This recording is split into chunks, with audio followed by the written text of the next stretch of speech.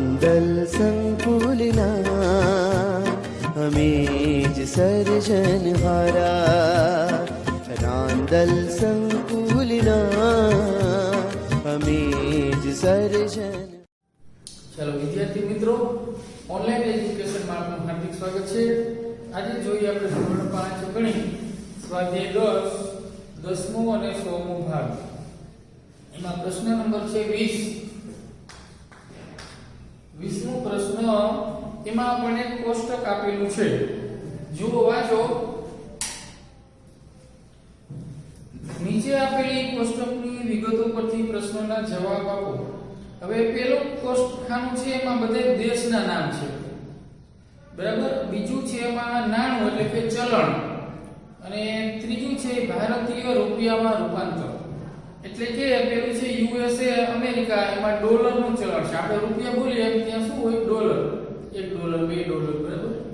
આપણે 1 રૂપિયો 2 રૂપિયો બોલીએ ને, તો એ $1 નો ભારતીય રૂપિયામાં ભાવ છે 64.03, બરાબર. 64.3 પૈસા. એટલે કે $1 આપણને આપે તો આપણે એને 64.03 રૂપિયા આપીએ. $1 નો ભાવ શું, અથવા તો આપણે એને આટલા રૂપિયા આપીએ 64.03, તો $1 આપણને મળે. $1 બરાબર 64.03 રૂપિયા. એવી રીતે અલગ ઇંગ્લેન્ડમાં પાઉન્ડ છે, તો એનો ભારતીયમાં છે એનો ભાવ છે 85.55. પછી ચીનમાં યુઆન, એનો ભારતમાં ભાવ 9.74. પછી હોંગકોંગમાં ડોલર, એનો ભાવ આપણે 8.19. જાપાનમાં યેન, એનો ભાવ છે 0.56. નેપાળમાં રૂપિયો, એનો ભાવ છે 0.62. શ્રીલંકામાં રૂપિયો, એનો 0.41. જર્મનીમાં યુરો, એનો 75.96. પછી ઓસ્ટ્રેલિયામાં ડોલર, એનો ભાવ છે 49.45. દક્ષિણ આફ્રિકામાં રેન્ડ, એનો ભાવ છે 5.07. દક્ષિણ કોરિયામાં વોન, એનો ભાવ 0.06, એટલે 6 પૈસા. એક વોનના આપણે 6 પૈસા થાય. પછી સિંગાપુરમાં ડોલર, એનો 47.50 પૈસા. સમજાણું? તો હવે આપણને પહેલો પ્રશ્ન છે કે ઉપરોક્ત યાદીમાંથી કયા દેશનું નાણું ભારતીય રૂપિયામાં સૌથી વધારે કિંમત દર્શાવે છે? તો જો આમાં ભારતીય રૂપિયામાં રૂપાંતર, એમાં સૌથી મોટો આંકડો કયો છે? તો કે ઇંગ્લેન્ડનો પાઉન્ડ 85.55, એનું સૌથી વધુ મૂલ્ય છે પાઉન્ડનું. તો આપણે શું લખશું પહેલામાં? ઇંગ્લેન્ડ.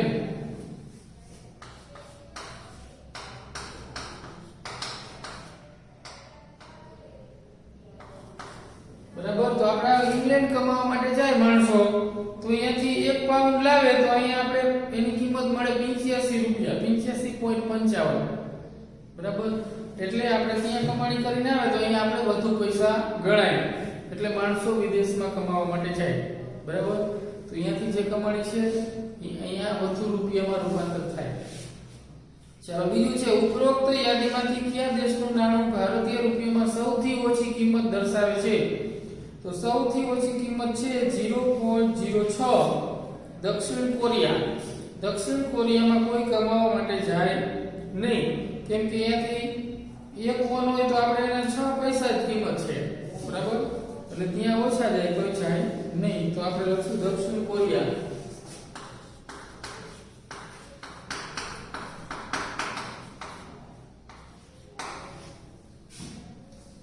ચાલો પછી ત્રીજો પ્રશ્ન. સમીરના કાકા અમેરિકાથી તેના માટે ભેટ તરીકે $50 મોકલે છે, તો ભારતીય ચલણ પ્રમાણે તેની પાસે કેટલા રૂપિયા થાય? બરાબર. તો કેટલા? $50 મોકલે. તો ક્યાંથી? તો કે અમેરિકાથી. તો અમેરિકાનો ભાવ જો યુએસએ અમેરિકા 64.03, 64.03, અને 50 મોકલે છે $50. તો 64.03 ગુણ્યા 50 આપણે કરીએ એટલે આપણને જવાબ મળે 64.03. 64.03 બરાબર. આ $1 નો ભાવ છે, તો $50 મોકલે છે. $1 નો ભાવ $1 ભારતમાં આવે એટલે આટલા રૂપિયા મળે 64.03, તો એવા $50 આપે છે ભેટ તરીકે. તો ગુણાકાર કરીએ એટલે આપણે જવાબ મળશે 2 રકમ છે એટલે 15 0 5 તારી 15 નો 5 વધી 1 5 ને 0 સાથે ગુણો એટલે 0, પણ આ વધી 1 છે આપણે મૂકી દઈએ. પછી 5 ચોક 20 ની 0 વધી 2, 5 છક 30 ને 2 32. અહીંયા ગુણાકારમાં ક્યારે આપણે અહીંયા પહોંચીએ તો પોઈન્ટ અહીંયા મૂકવાનો નથી, છેલ્લે લાસ્ટમાં મૂકવાનો થશે. સરવાળાની જેમ મૂકશું નહીં. ચાલો 0 ને બધાની સાથે ગુણશું તો 0 જ આવશે, બરાબર. ચાલો સરવાળો કરીએ. 0 5 1 0 2 અને 3. પોઈન્ટ ક્યાં આવશે? પોઈન્ટ પછી 1 ને 2 આંકડા છે તો 1 ને 2 અહીંયા પોઈન્ટ આવે, બરાબર. અહીંયા તમે મૂકી દો પોઈન્ટ તો એ અહીંયા થાય, એટલે ગુણાકારમાં છેલ્લે લાસ્ટમાં પોઈન્ટ મૂકવાનો થશે ગણીને કે 1 2 આંકડા. અહીંયા એક હોય પછી અહીંયા પોઈન્ટ હોત તો 1 2 ને અહીંયા 3 પછી પોઈન્ટ આવશે. અહીં 2 છે એટલે 2 પછી પોઈન્ટ. તો કેટલા આવ્યા? 3201 રૂપિયા અને 50 પૈસા. જે $50 મોકલાવ્યા એના અહીંયા ભારતીય રૂપિયામાં કેટલા થયા? 3201.50 રૂપિયા થાય. આટલા રૂપિયાને ભેટ મળી કોને? કે સમીરને. ચાલો પછી ચોથો પ્રશ્ન છે, દર્શનાની કાકી તેના માટે ચીનથી એક ભેટ લાવે છે. તેની કિંમત 100 યુઆન છે. તેની ભારતીય ચલણ પ્રમાણે કેટલી કિંમત થાય? હવે યુઆન કયા દેશનું છે જુઓ તો કે ચીન, બરાબર. આમાં એક છે પ્રશ્નમાં ચીનથી લાવે તો 9.47 રૂપિયા અહીંયા ભારતનો ભાવ છે. 100 યુઆન લાવે છે તો ભારતીય રૂપિયામાં એક યુઆનનો શું ભાવ છે? 9.47. તો 100 ના કેટલા? તો એમાં પણ આપણે ગુણાકાર કરશું.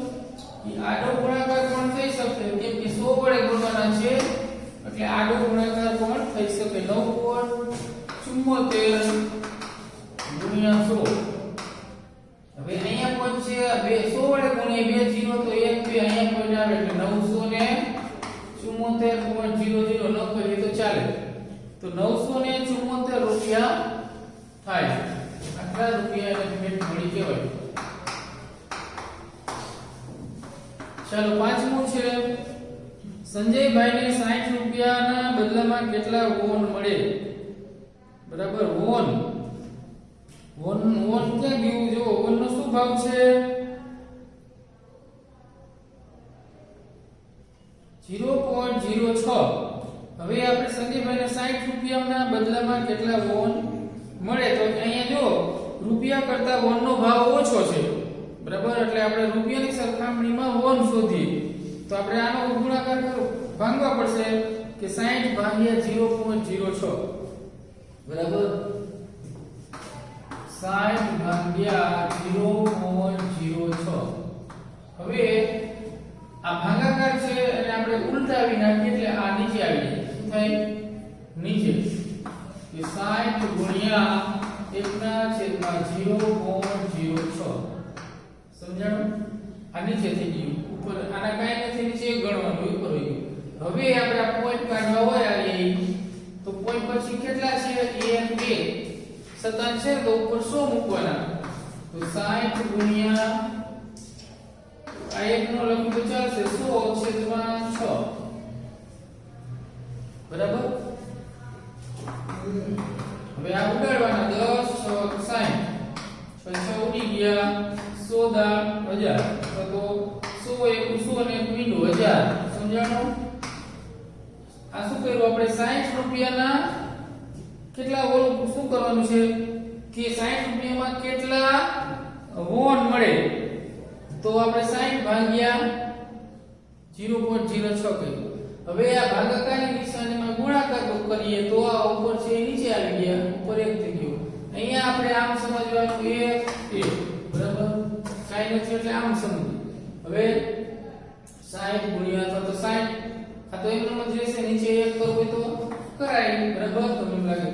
હવે આ નીચે આવી ગયા. હવે આ પોઈન્ટ કાઢવા માટે આપણે 27 છે એટલે ઉપર 100 મૂક્યા. ઉપર 100 નીચે શું હોય તો આ કાઈ ફક્ત 6 0 6 કે 6 એક જ કહેવાય છે એટલે 6. હવે અહીંયા 60 સાથે આપણે ઉડાડ્યા 10 6 60 6 6 ગયા હવે વધ્યા 1000 તો આપણે શું લખીએ 1000 શું મળ્યું સંજયભાઈને 1000 વોન મળે 1000 વોન મળે 60 રૂપિયાના 1000 વોન મળે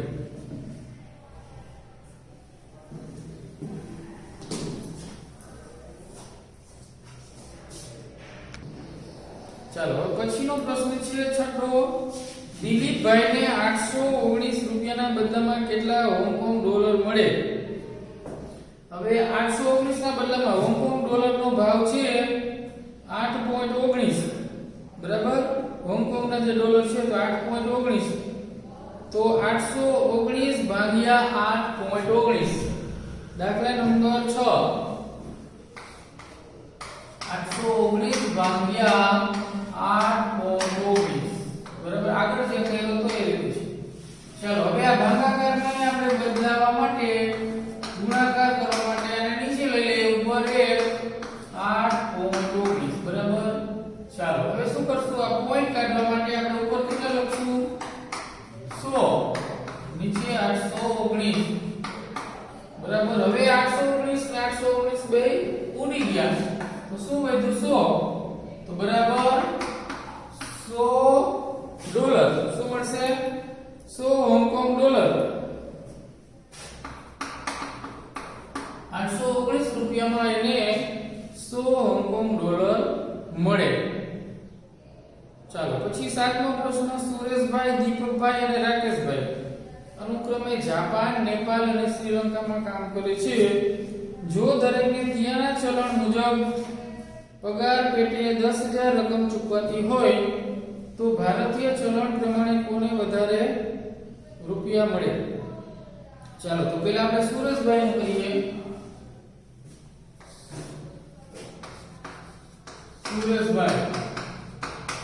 સુરેશભાઈ ક્યાં કામ કરે છે જુઓ જોઈ તો કે સુરેશભાઈ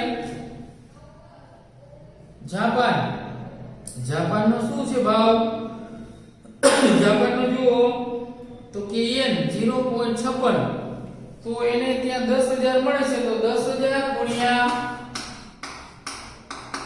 0.56 બરાબર ચાલો હવે આ પોઈન્ટ કાઢવા માટે આ તો ગુણ્યા છે એટલે બદલાવાનું કઈ છે નહીં 10000 ગુણ્યા 56 છેદમાં પોઈન્ટ માટે એકમ દશક 2 છે એટલે 100 87 100 મૂકીએ બરાબર હવે આ બે 0 ઉડી ગયા નીચે કાઈ નથી ઉપર શું વધ્યું 56 અને કેટલા મળ્યા 1 2 તો 5600 રૂપિયા મળે સુરેશભાઈને મળશે 5600 રૂપિયા હવે રાકેશભાઈ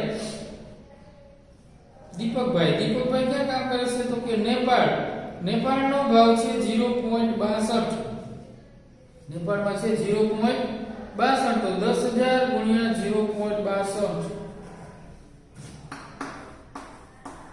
10000 ગુણ્યા 0.62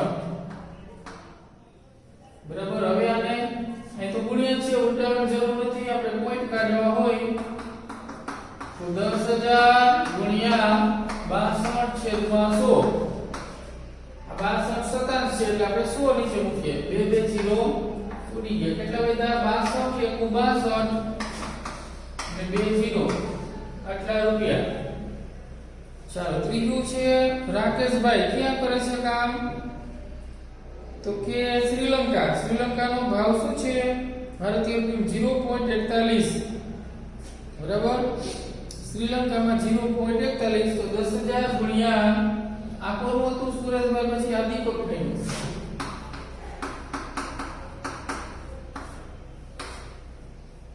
હવે સુરેશભાઈ કેવો ભાઈ છે રાકેશભાઈ શ્રીલંકામાં છે તો 10000 ગુણ્યા 0.41 બરાબર ત્યાં શ્રીલંકાનો ભાવ છે 0.41 તો અહીંયા પણ ગુણ્યા છે એટલે આપણે પોઈન્ટ કાઢવા માટે શું કરશું 41 ના છેદમાં 100 બે 0 ગયા 41 અને 2 0 તો 4100 રૂપિયા બરાબર તો શું કીધું છે કે ભારતીય ચલણ પ્રમાણે કોને વધારે રૂપિયા મળશે. હવે આપણે જોઈએ કેવા વધારે રૂપિયા આવ્યા. સુરતભાઈને 5600, દીપકભાઈને 6200 અને રાકેશભાઈને 6100. તો કોને વધારે મળશે? આપણે લખીએ દીપકભાઈને વધારે રૂપિયા મળશે ભારતીય ચલણ પ્રમાણે. તો હવે આપણે જોઈએ તો દીપકભાઈ ક્યાં નોકરી કરવા ગયા હતા? નેપાળ,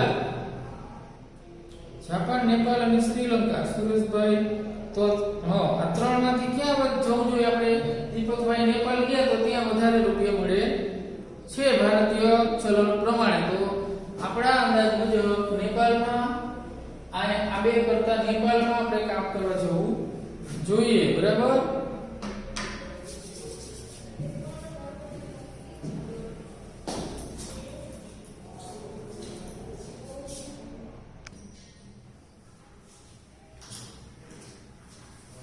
ચાલો પછીનો પ્રશ્ન છે 8મો. રીનુના પિતાજી સિંગાપુરમાં કામ કરે છે. તેમને પગાર પેટે 1000 સિંગાપુર ડોલર મળે છે. અરુણના પિતાજી ઓસ્ટ્રેલિયામાં કામ કરે છે. તેમને પગાર પેટે 980 ઓસ્ટ્રેલિયન ડોલર મળે છે. તો પગાર પેટે ભારતીય ચલણ પ્રમાણે કોને વધારે રૂપિયા મળશે? હવે આપણે ત્યાં જેને ચલણ મળે છે એને આપણે ભારતીય રૂપિયામાં રૂપાંતર કરશું. તો કે પ્રીતુના પિતાજી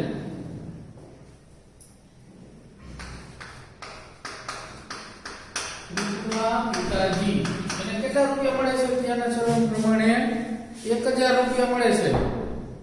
અને આ ભારતીય રૂપિયામાં ભાવ છે તેનો 47.50.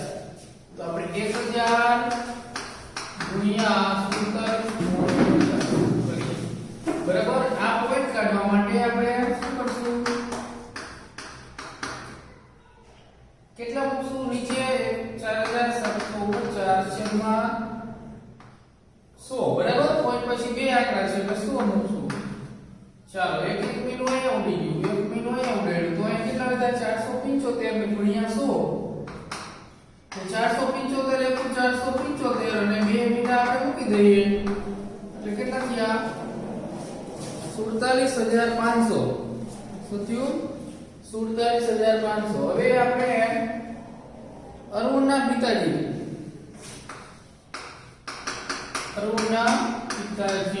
એની આવક આપણે શોધીએ. આ પ્રીતુના પિતાજીની આવક આપણે ભારતીય પ્રમાણે શોધી. હવે અરુણના પિતાજી તો એને મળે છે ત્યાં 980 રૂપિયા ઓસ્ટ્રેલિયન ડોલર.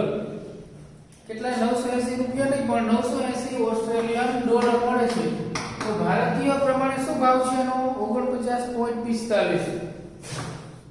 49.45.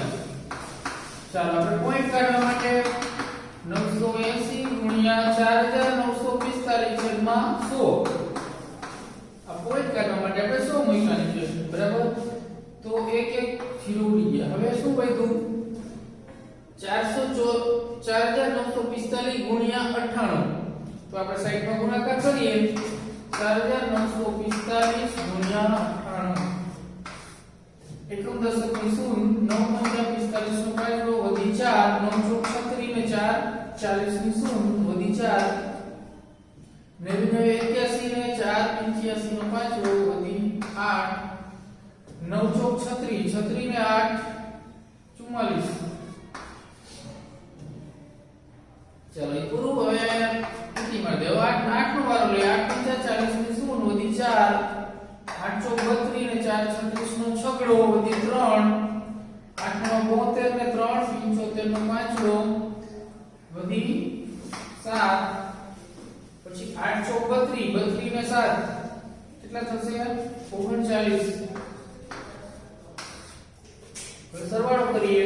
0 6 5 11 નો વધી 1 5 ને 6 9 ને 5 14 નો છગડો વધી 1 4 ને 4 8 4 કેટલા આવ્યા? 4000 એકમ દશક 100 10 હજાર ને લાખ 4,84,610. 4,84,610 છેદમાં અહીંયા 10 છે. આ 10 છે તો છેદમાં 10. હવે આ 0 0 ઉડી ગયા તો કેટલા થયા? 48,461 48,461 કોને અરુણા પિતાજીની આવક આની છે 47,500 તો કોને વધારે રૂપિયા મળશે તો કે અરુણા પિતાજીને વધારે રૂપિયા મળશે કેટલા 48,461 મળે છે કેમ તમને એમ થાય કે આ નીતુના પિતાજીની આવક તો ત્યાં 1000 હતું 1000 શું છે $1000 અને અહીંયા છે $980 તો એને કેમ વધી ગયા કેમ તો કે ભારતીય રૂપિયામાં એની કિંમત હતી આની 47.50 અને આની હતી 49.45 એટલે કમાઈને આવે તો વધારે રૂપિયા અરુણના પિતાજી લાવે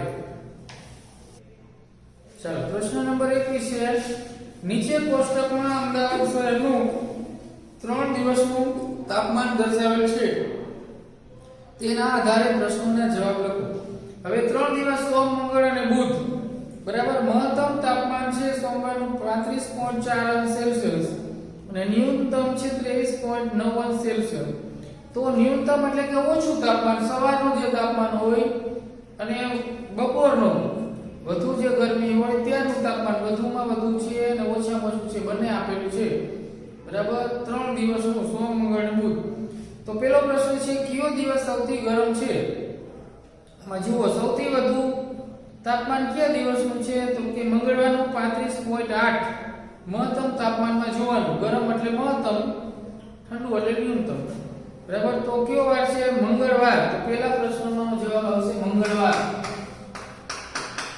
મંગળવારે વધુમાં વધુ તાપમાન છે તો કે સોમવારના મહત્તમ અને ન્યૂનતમ તાપમાન વચ્ચેનો તફાવત સોમવારે વધારેમાં વધારે અને ઓછામાં ઓછા તાપમાનનો તફાવત એટલે ભાગાભાગી કરવાની તો કે મહત્તમ કેટલું છે સોમવારે 35.4 અને ઓછામાં ઓછું છે 23.9 23.9 અને ભાગાભાગી કરી આપણે 4 માંથી 9 એટલે 10.4 14 માંથી 9 કાઢીએ તો 5 એ 4 માંથી 3 કાઢીએ તો 1 આ પોઈન્ટ ના પોઈન્ટ મૂકી દેવાના આરે 2 3 માંથી બે જાય કેટલો તફાવત છે 11.5 અહીંયા આપણે આ લખીએ એટલે આ મહત્તમ તાપમાન આ ન્યૂનતમ તાપમાન અને આ તફાવત આ નીચે લખાય કે 11.5 સેલ્સિયસ તફાવત છે અહીંયા આપણે આંકડામાં લખ્યું પણ અહીંયા અંશ સેલ્સિયસ બતાવવું પડે ચાલો પછી બુધવારના મહત્તમ અને ન્યૂનતમ તાપમાન વચ્ચેનો તફાવત બુધવારે મહત્તમ કેટલું છે તો કે 35.7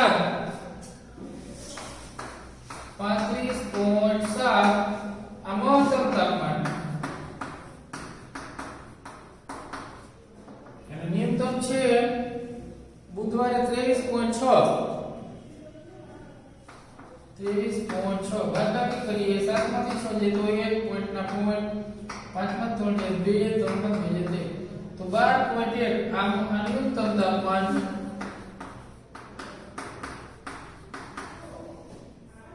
ના તફાવત કેટલો તફાવત આવ્યો તો કે 12.1 અંશ સેલ્સિયસ અહીં લખાય 12.1 અંશ સેલ્સિયસ તફાવત ચાલો પછી ચોથો પ્રશ્ન સોમવારનું ન્યૂનતમ તાપમાન બુધવારના ન્યૂનતમ તાપમાન કરતાં કેટલું વધારે છે કે ઓછું બરાબર સોમવારનું ન્યૂનતમ અને બુધવારનું સોમવારનું ન્યૂનતમ કેટલું છે 23.9 અને બુધવારનું 23.6 તો આપણે વધુ છે લખીએ 23.9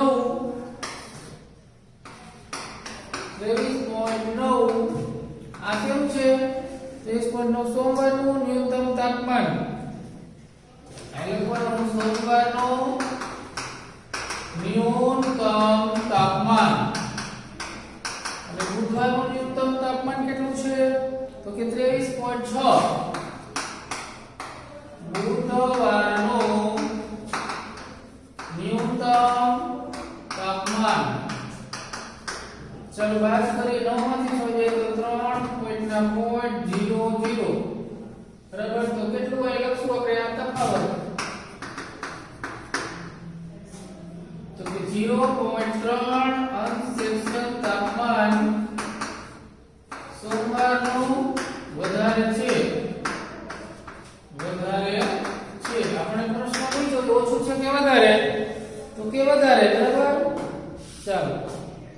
પછી પાંચમું મંગળવારના મહત્તમ તાપમાન અને બુધવારના ન્યૂનતમ તાપમાન વચ્ચેનો તફાવત. મંગળવારનું મહત્તમ 35.8